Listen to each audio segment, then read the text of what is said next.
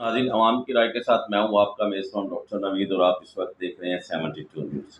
आइए आपकी मुलाकात करवाते हैं यहाँ की मशहूर और मरूफ हस्तियाँ जिनका नाम है दीन मोहम्मद साबर साहब, जो कि चेयरमैन है local goods transport association Karachi के। और इनसे मिलते हैं और सबसे पहले इनसे ये पूछते हैं कि इस वक्त जो मुल्क के हालात चल रहे हैं हमारे, उस हवाले से, और ख़ास तौर पे इनके गुड्स ट्रांसपोर्ट के ये चेयरमैन हैं, वहाँ पे काफ़ी सारे मसाइल का इनको सामना करना पड़ रहा है। उस हवाले से इस वक्त महंगाई का तनासा भी बहुत ज़्यादा हो गया है उस हवाले से, और ख़ास तौर पे ये जितने भी लोग हैं यहाँ गुड्स का जो काम करते हैं माशाल्लाह सारे भी टैक्स पेयर हैं। टैक्स हुकूमत पाकिस्तान को देते हैं। क्या हुकूमत पाकिस्तान इसके अगेंस्ट कोई सहूलियात ही दे रही है कि सिर्फ ये टैक्स ही पे कर रहे हैं? इस वक्त जो सियासत की सिचुएशन चल रही है, मुल्क के जो हालात चल रहे हैं, हम एक एटमी पावर तो बन गए, लेकिन हम मुआशी तौर पे दिन ब दिन नीचे जा रहे हैं। हमारे मुल्क को कोई संभालने वाला कोई नहीं है। इस हवाले से आइए आपकी मुलाकात करवाते हैं दीन मोहम्मद साबर साहब के साथ। अस्सलाम वालेकुम सर। वालेकुम अस्सलाम। सर क्या हाल है? ठीक है अल्हम्दुलिल्लाह, अल्लाह सर। का सबसे इस वक्त लेंगे कि आपके मसाइल के ऊपर, इस वक्त गुड ट्रांसपोर्ट को किन मसाइल से दो चार होना पड़ा है, ताकि हम हुकूमत पाकिस्तान को दिखा सकें कि इन मसाइल का तदारक किया जाए, ताकि ये हमारी गुड ट्रांसपोर्ट एक रीढ़ की हड्डी है हमारी FBR के, हमारे टैक्सेस के हवाले से, हमारे ट्रांसपोर्ट के हवाले से, एक जगह से दूसरी जगह चीज़ को पहुँचाने के हवाले से। तो इसमें जो मसाइल हैं उसका हल निकाला जाए, ताकि जो है ना आपको बड़ी आसानी हो। सर, ट्रांसपोर्ट इस वक्त तो बहुत ही परेशानी के शिकार में है। ट्रांसपोर्टर जितने भी हैं, कारोबार न होने की वजह से इंतहाई परेशान है। कारोबार नहीं है, और इसके अलावा टैक्सेस या इसके अलावा डीज़ल की कीमतें बढ़ने से, और हमारी जो अपने किराए हैं वो उसी तरह चल रहे हैं।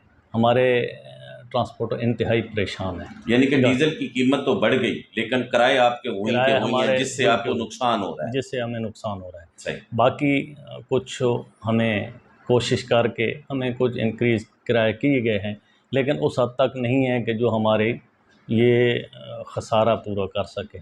और रोडों की हालात जो है तो वो भी ऐसी है कि जो हमारे पोर्ट कासिम से ट्रांसपोर्ट निकलती है, वहाँ से मेरान हाईवे उन्होंने बनाया तो है। मेरान हाईवे नाम तो उन्होंने दे दिया, लेकिन उसका हाल ये है कि वहाँ पे छोटी गाड़ी, कार भी नहीं जा सकती।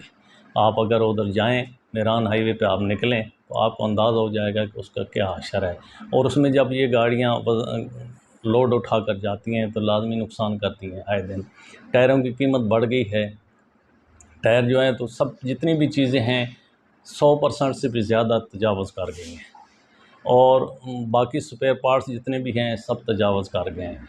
तो अगर गाड़ी का छोटा मोटा काम भी निकल आए, पहले जो है तो थोड़े बहुत पैसों में हो जाता था, अभी जाकर जब निकलते हैं तो वो उनको स्पेयर पार्ट्स मिस्त्रियों को पैसे देना भी मुश्किल हो जाते हैं ट्रांसपोर्टर के लिए। और ख़ुसूसन जिन लोगों की किश्तों की गाड़ियाँ हैं वो तो इंतहाई परेशान है, ना किश्त दे पा रहे हैं और ना ही गाड़ी चलाने पे वो इस हद तक मजबूर हैं कि गाड़ी खड़ी कर दें, क्योंकि एक्सपोर्ट इंपोर्ट बिल्कुल ही न होने के बराबर है।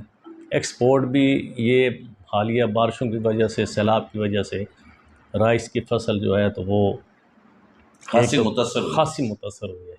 तो उसमें हमारी मेन यहाँ पे कारोबार है एक्सपोर्ट का, चावल का, वो भी मुतासर हुई है। उसमें कारोबार हमारा, ये कुछ इलाके हैं, ये बदीन और ठट्ठा सजावल, ये कुछ बचे हैं, बाकी जो ये कुछ पीछे बचे वाले हैं, लेकिन इनकी भी बारिश की वजह से फसल लेट है। हाँ। पहले सितंबर में आ जाती थी फसल, अभी जो है तो नवंबर आ रहा है तो अभी भी पूरी फसल नहीं आई है। इंपोर्ट अभी नहीं शुरू हुई है, आ रहा है थोड़ा बहुत, लेकिन वो पोजीशन नहीं है। जो मैं पिछले दिनों इंटीरियर में गया हुआ था, ये ठट्ठा सजावल बदीन ये सारा मैं होके आया हूँ। वहाँ पे इस वक्त जो सिचुएशन चल रही है वो कह रहे हैं कि 30 से 40% जो है ना इस दफ़ा इसका रेशा जो है ना वो कम हुआ है। जी बिल्कुल, इसी तरह ही उसमें रेशा भी कम हुआ और फसल भी लेट हुई है, चूँकि एक्सपोर्ट के जितने एक्सपोर्टर हैं वो परेशान हैं। एक्सपोर्ट वो नहीं कर पा रहे, जब तक उनको पूरी फसल या पूरी अपनी नहीं मिले तो वो नहीं कर रहे। क्योंकि अभी पहले ऐसा पोजीशन होती थी कि हर पार्टी, हर एक्सपोर्टर अपना अपना शिप अलग-अलग बुकिंग करता था और लेके जाता था। लेकिन अभी इस वक्त पोजीशन महंगाई की और चावल की इतनी महंगाई हो गई और इतना हो गया कि 5-5, 6-6, 7-7, 10-10 बल्कि 15-15 पार्टी इकट्ठी होकर के एक शिप मंगाती है, और उसमें थोड़ा-थोड़ा सा अब तो माल। यहाँ से एक्सपोर्टर आज़ाद भी काफ़ी सारे चले गए हैं बिजनेस छोड़ के। बस हाँ, कुछ छोड़ के चले गए हैं, लेकिन हैं अभी इधर चल रहे हैं जो एक्सपोर्टर हमारे, तो जिनके साथ हम लोग काम कर रहे थे, कोई बाहर नहीं गया, वो तो इधर ही काम कर नहीं, रहे वो हैं। राइस के हवाले से बता रहे थे कि काफ़ी सारे एक्सपोर्टर जो है ना वो चले गए, वो इस हवाले से मुझे पता चला। असल में ये है कि एक्सपोर्टर जितने भी थे क्योंकि वो, हिंदू कम्युनिटी मोस्टली वहाँ पे राइस पे जो है ना काम करती है, इस हवाले से बात पूछ ये रहा है था। कि वो लोग चले गए हैं जिनका अपना उधर कारोबार उन्होंने सेट कर लिया, और जो किसी दूसरे काम करते हैं, दूसरी पार्टी के साथ काम करते हैं, वो तो इधर ही कर रहे हैं, लेकिन जिनके उधर ही अपने सेटलमेंट हो गई है, वो अपनी एक्सपोर्ट करते हैं, उधर ही उनका अपने गोदाम है, तो ज़्यादातर उधर ही बाहर ही रहते हैं।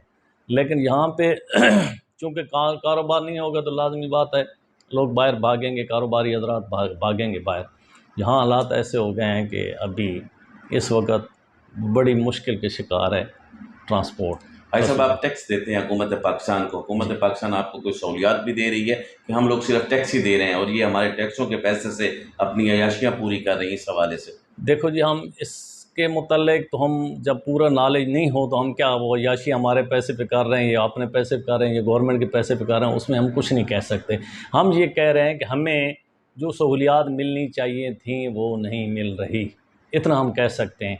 जो हमें मिलना चाहिए था वो नहीं मिल रहा, चूँकि कारोबार ही नहीं है, गाड़ियाँ ही नहीं चला पा रहे।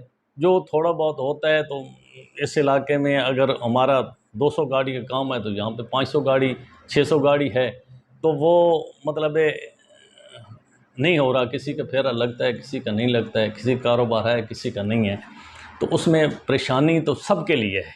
चाहे जिसके पास ज़्यादा गाड़ी है उसके लिए परेशानी है, जिसके पास एक गाड़ी है वो उससे भी हद से ज़्यादा परेशान है। तो अल्लाह पाक रहम करे, ये अल्लाह पाक है जो इस सिलसिले को चला रहा है। बेशक बेशक। और महंगाई हम का और तनासब जो इस वक्त मुल्क में एक बहुत ज़्यादा हुआ है, जी, उस हवाले से क्या कहेंगी कि 2 वक्त की रोटी गरीब आदमी को खानी जो है ना वो मुश्किल हुई पड़ी है, और अब तो 13 जमातें मिलकर इस पाकिस्तान को चला रही हैं। खान साहब को तो ये कहते थे कि ये एक्सपीरियंस याफ्ता नहीं है, अब तो ये सारे लोग एक्सपीरियंस याफ्ता आ गए और पिछले कई महीनों से ये लोग जो है ना मुल्क को संभालने की कोशिश कर रहे हैं, लेकिन मुल्क अभी भी इनसे संभल नहीं रहा। इसकी क्या ख़ास वजह है? हमें ये चाहिए कि चलो गरीब आदमी को जो 2 वक्त की रोटी है, जैसे शहीद जुल्फ़िकार भुट्टो साहब ने रोटी कपड़ा मकान का नारा लगाया था, और गरीब आदमी को चाहिए भी यही, चलो ये तो आसानी से पूरी हो सके। देखिए जी, बात ये है कि ये तो हुकूमत के काम है और ये सियासतदानों के काम है। जो इस चीज़ में दिलचस्पी रखते हैं वही इस चीज़ को समझ हाजी साहब, सकते हम हैं। उनको वोट देते हैं, असम्बलियों में हम ही उनको भेजते हैं, हमारे ही टैक्सों के उनके पास पैसे हैं, उनके अपने पैसे नहीं हैं। हमारे ही पैसों से वो अपनी जायदादें बनाते हैं, अपनी प्रॉपर्टीज़ बनाते हैं, हमारे ही पैसों से वो यहाँ पे रोडों पे भी फिरते हैं, जहाँ पे ट्रैवलिंग भी करते हैं। ठीक है, अब शहबाज शरीफ साहब वज़ीर आज़म जब से बने, आप देख रहे हैं कि उन्होंने लंदन का कितने टूर्स हमारे पैसों से किए हैं। मसला तो ये है ना कि हमारे पैसे इस चीज़ के लिए नहीं तो नहीं है ना, हमारे पैसे हमारी मेंटेनेंस के लिए हैं, रोड्स बनाने के लिए हैं, हमारी मौशी हालत को ठीक करने के लिए हैं। ये बात कर रहा हूँ मैं सर। बात यह है कि आपकी बात दुरुस्त है, लेकिन ये इस बातों का जो भी आपको जवाब वही दे सकता है जो सियासतदान हो या जो इस मामले में दिलचस्पी रखता हो। हम एक कारोबारी आदमी हैं, ट्रांसपोर्ट लाइन में जिस हद तक हमारी तजर्बा है, जिस हद तक हम है, उस हद तक हम बात कर सकते क्या हैं। मुल्क में जिस सदारती निज़ाम आप चाहते हैं? देखिए जी, हम तो वो निज़ाम चाहते हैं जो निज़ाम मुस्तफ़ा हो। सुभान। हमें सदारती निज़ाम या ये जमहूरी निज़ाम जो भी है, ये जितने भी